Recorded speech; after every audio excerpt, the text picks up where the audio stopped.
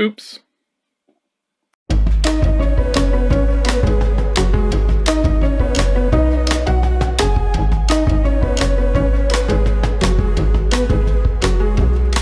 Hello and welcome to another MrBetaByte video, and this one's a little bit different insofar as we're going through a whole load of SL-F1s, SL-TT F1s. Basically these two here are for repair, and I'll go into a bit more detail in a second what's actually wrong with these. And these two are untested. I think one of them is totally dead. The other one I know nothing about. And then we've got a broken TT F1 up here as well, which you can see I've already taken apart. And I'm probably going to rob apart from. So, without further ado, let's crack on. So the repair units, these are from Eric. And he bought this from someone, I don't know if it was eBay or not. But it was in very good condition. I say that, I mean it's bit marked on the top, but yeah, it's not too bad. But it got damaged in transit, so you can see plastic smash there, and all here as well. So yeah, not ideal. And he has tried it, and it does appear to have some sort of loading issue, lacing issue. Something isn't quite right with the mechanism, so we'll check that. The TT F1 he sent me, the clock's gone, so it's been working fine. I actually sold this to him a few months back, and it was all good. But of course, those DC AC power supply converters are troublesome. Now I do have an upgraded repair for these in the pipeline. I'm sort of working out the best way to sort of do it, and possibly get some custom PCBs made up as well. But in the interim, what I'm going to do, just so I can get them up and running as quickly as I can, and I have the opportunity to do that, is out of the other units, I'm going to swap the board. So this is the board. You can see there the offending DC AC power supply. See here, so minus 31 volts, 12 volts, 42 volts. And we've got the AC out of there as well. So yeah, they are troublesome. They're not quite as bad as maybe in the C9, just because they're a bit bigger. They dissipate the heat a little bit better. But yeah, I'm going to change this, and you also already see I've chopped the batteries off this as well, because the batteries do cause problems, and ultimately they will leak. But yeah, so with that, let's start with TT F1. Let's get that going, and what we can do is we can then test these two machines as well. I've got a new front. I say new front. I have a replacement front. There's a few marks on it, but it's fine. It's pretty tidy. So we'll change the front, and then check the other F1. So let's crack on. Okay, so top off. Two screws lifted up. And let's get its top shielding off first. So a bit of a quick video, this one. He says, and always when I say that, it's always much more in depth. But anyway, let's just stick with that. So take the screw out. Doesn't have to come right the way out, but I'm taking it out, otherwise the board can't come off. Been busy working through the Perfect HF100, which, spoiler alert, looks like it's going to be a capacitor, because the capstan actually runs perfectly for about 30 seconds if you're quick enough. Don't let it warm up too much, and then we get super turbo speed from it. So yeah, that's that one. And the 950 is looking very similar, to be honest. It's a few of you commented about this before on the those machines, that the I think the Melner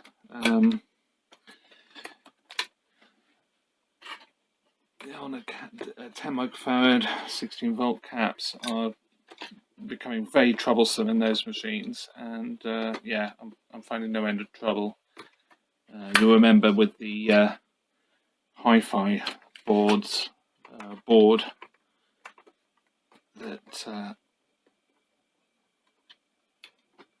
you lose all hi-fi just for the fact of 4 or 6, depending on how thorough you want to be, caps. So, and if you don't know what I'm talking about, have a look at my video. It's in the HF100 playlist, that one. So that's that. So I'll just show you what it's like in here. So it's actually not too bad at all.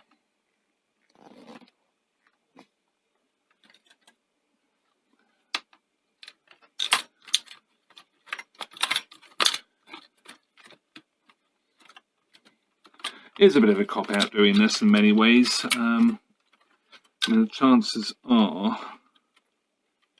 I can repair the old units. Sometimes you can recap them, and sometimes that's enough.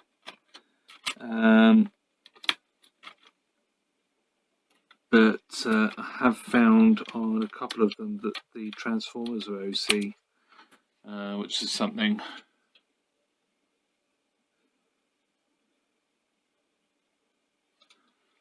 I'm just going to check the fuse actually.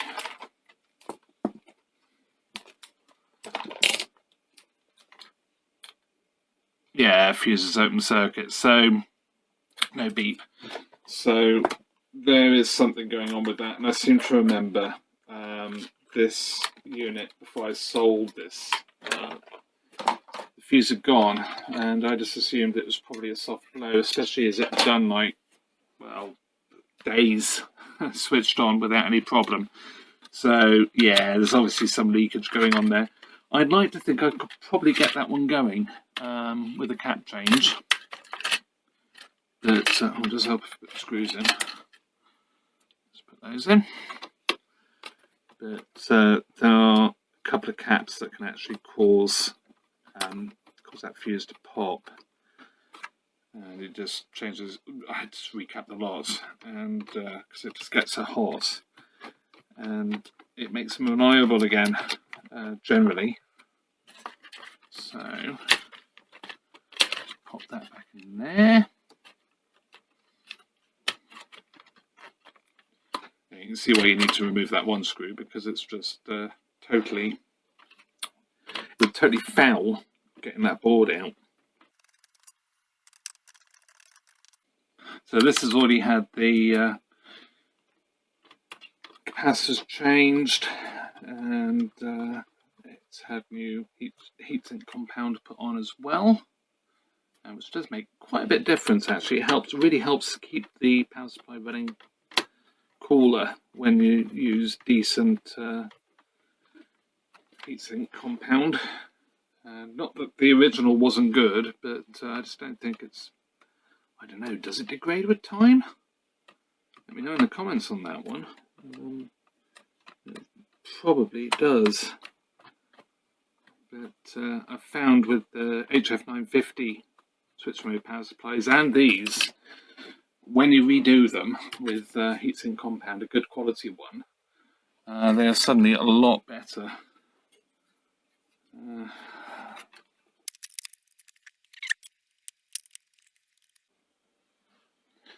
So I suppose let's give it a try. hope it works. Yeah, so there we go. That's good. So far, so good. Okay, so I'm going to put the top back on this, and we'll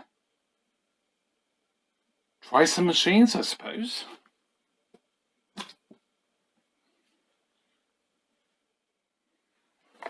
Okay, so machine number one. This is from the I'm not too sure what's wrong pile. I think this was the one that was dead, actually. Let's try it. Oh no, it's coming on.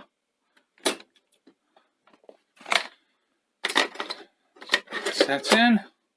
It was fun to test the lights, which is woefully inadequate. So fast forward, rewind. Sounds like the drum might be a bit worn.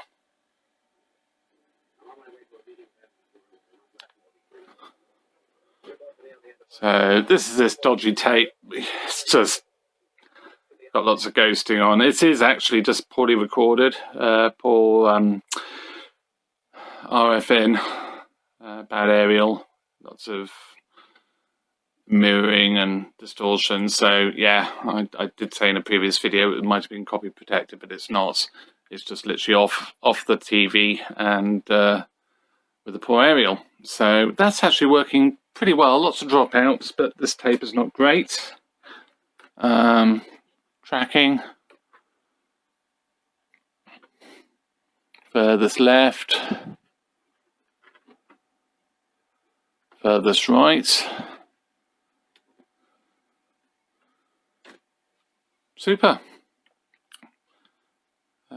Yeah, damaged tape. So, well, I know that works. Obviously needs service. And didn't leave any tape behind. Magic. So let's try the next one. Okay, so next one. That comes on. That's fine. One of these is actually from Aaron as well. So, yeah, thank you very much, Aaron. We seem to have some success. I think that was your machine I just put on there. Yeah, this one's actually bought via eBay from another of the channel's viewers. I can't remember your name at this stage. I'm really sorry. Yeah, basically the TT F1 was had a dodgy power supply. He tried to fix it, but it didn't work, and so I bought it off him via eBay. And yeah, it's one that will be coming up soon. So yeah, keep an eye out for that. So yeah, this one doesn't look quite so good. Yeah, I think we've got bad heads on this one. It's probably a head clog, to be fair. Oh. I wonder if that's actually a bad pinch roller as well.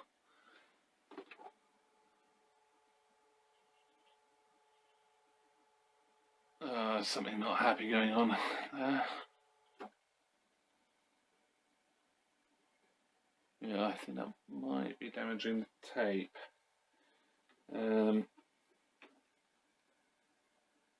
Yeah, so head clog. I mean, well, I was going to say I'm not going to take the top off. I think I'm going to take the top off. Should we take the top off? I think we ought to take the top off. Let's have a look.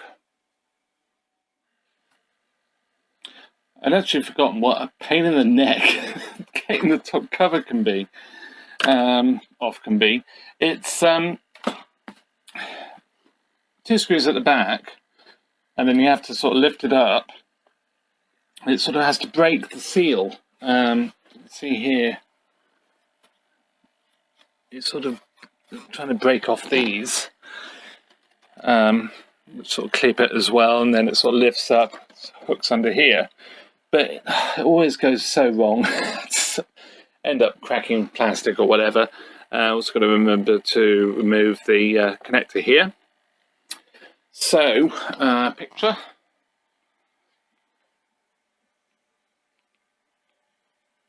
And I will say the heads do actually sound as if they might be damaged.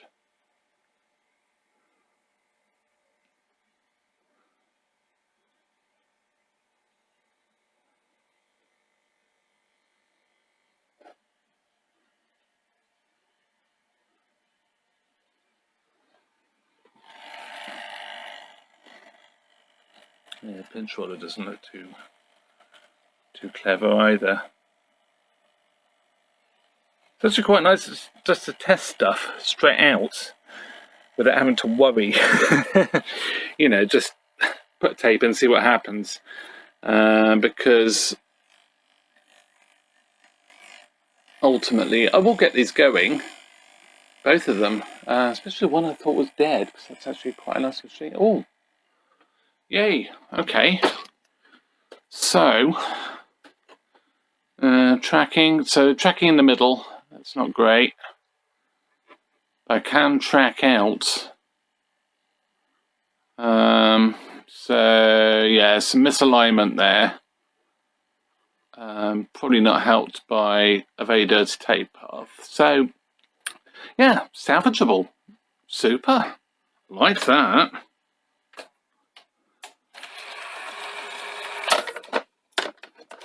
Magic.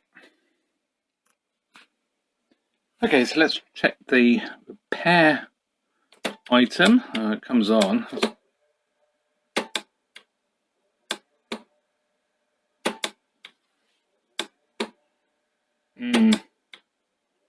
Constantly trying to eject.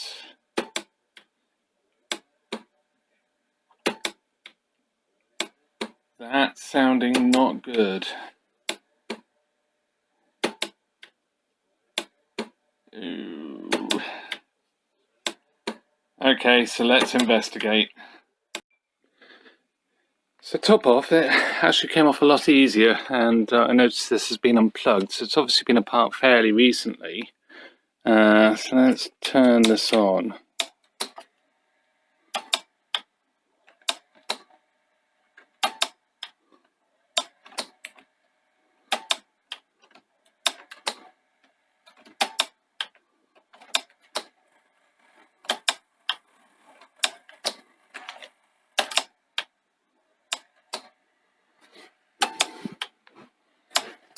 It's almost like a bad...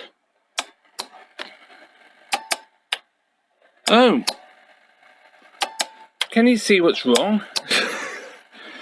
The leaf on the switch has gone. Can I activate it?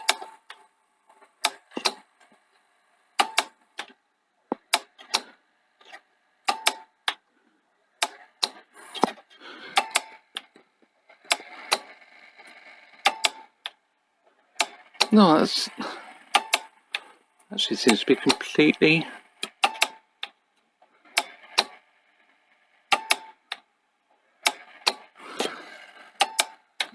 faulty.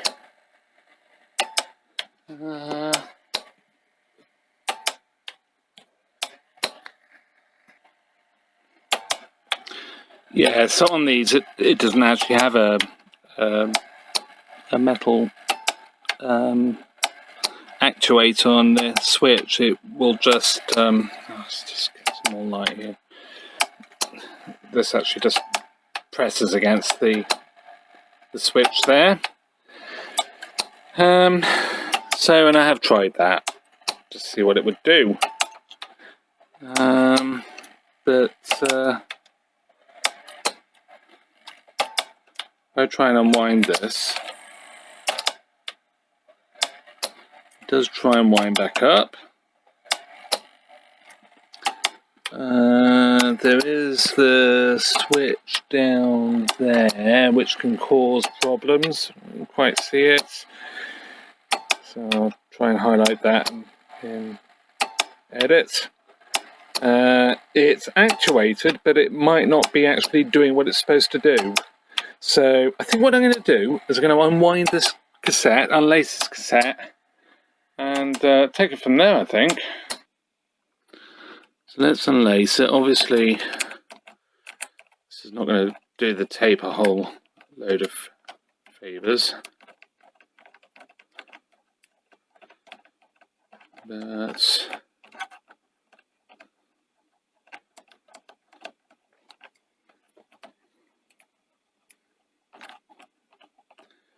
it is absolutely fine to do it this way.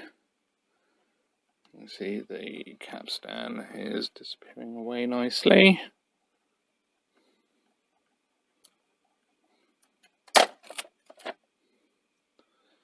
So there we go. And oh, this is actually quite, oh gosh, yeah, it's actually wrapped around there.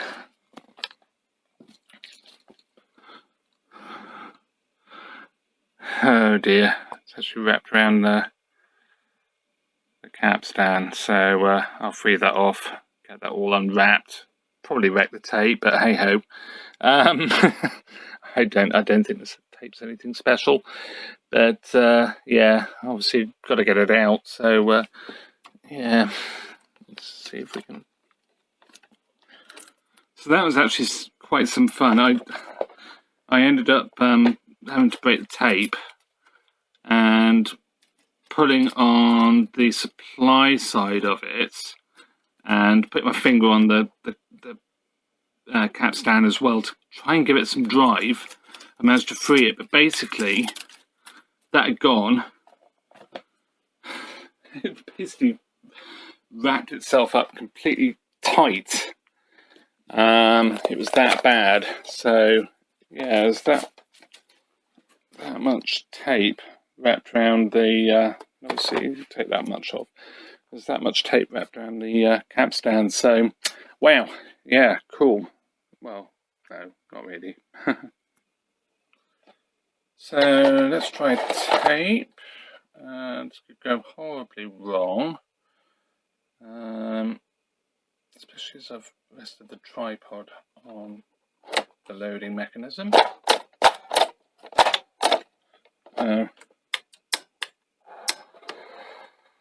Oh, it's still trying to unlace. Yeah, so the capstan is running. That's why it ruined that tape. So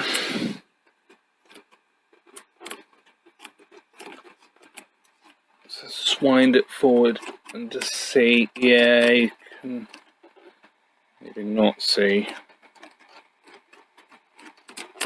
Oh, okay. So if you look at it's the easiest thing to do, show you. So if I wind this, you should see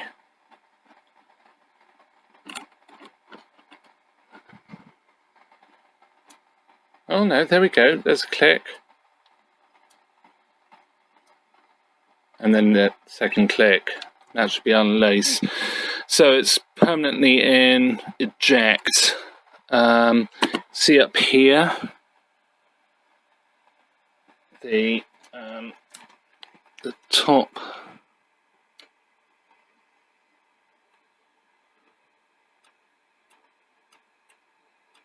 yeah, you can hear that's actuated.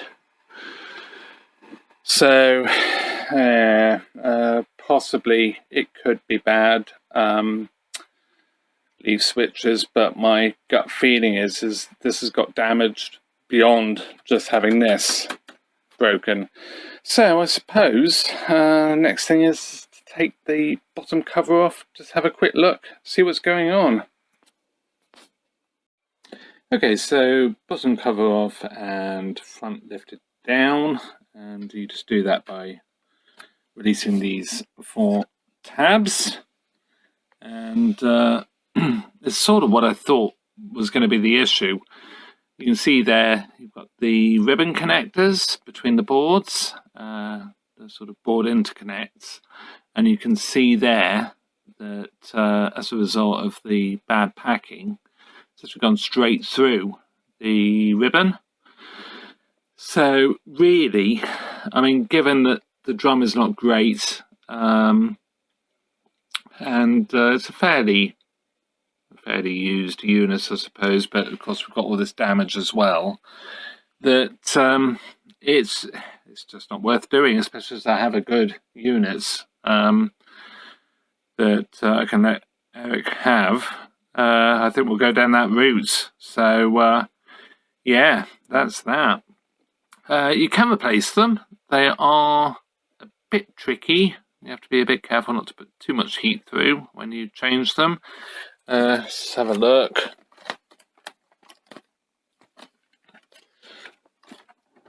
So you can see here you've got to take the plastic assembly off. You can see where it's broken there. But yeah, it's a bit of a fiddle. It's not too bad. You can hardwire these. Just take the whole lot off, take the whole ribbon off, and just use thin wires. It's a real fiddle to do, but it is possible. But the problem is that basically the edge of the print, when it gets walloped, it acts like a guillotine. It just cuts straight through the ribbon there. So yeah, not great. So I suppose yeah, we'll grab out the other units and take it from there. So there we have it, all working. Of course, it's another SL-F1. It is working. This unit I will service. I have shown servicing these before. They're pretty straightforward, to be honest, if they're not too abused. Upper drum resurfacing, new belt, which I do have a few of still. Head clean, obviously tape path clean, and jobs are good. They are actually really great machines. Don't be put off by those ribbons. That's the first one I've actually seen damaged out of probably about 30 in the last sort of couple of years that I've come across. And you know, they're great machines, and you know, they're basically the portable version of the C9. You've got the PCM switch as well if you want PCM decoding properly done with the dropout compensator turned off. It's also quite useful to be able to do anyway. But they are great units, and you know, they don't fetch too much money. So if you need a decent Betamax, maybe go for one of these if you don't want to spend too much money and you're not going to use it a heck of a lot. So yeah, with that, I hope you enjoyed this one. A little bit different, and I do like these units. So yeah, please like and subscribe. It means a heck of a lot to me. We're starting to get quite a few numbers now, which is really great. So yeah, it'd be lovely to have more of you sort of join this crazy journey I'm on with these fine machines. So with that, thank you very much for watching, and see you in another video. Bye for now.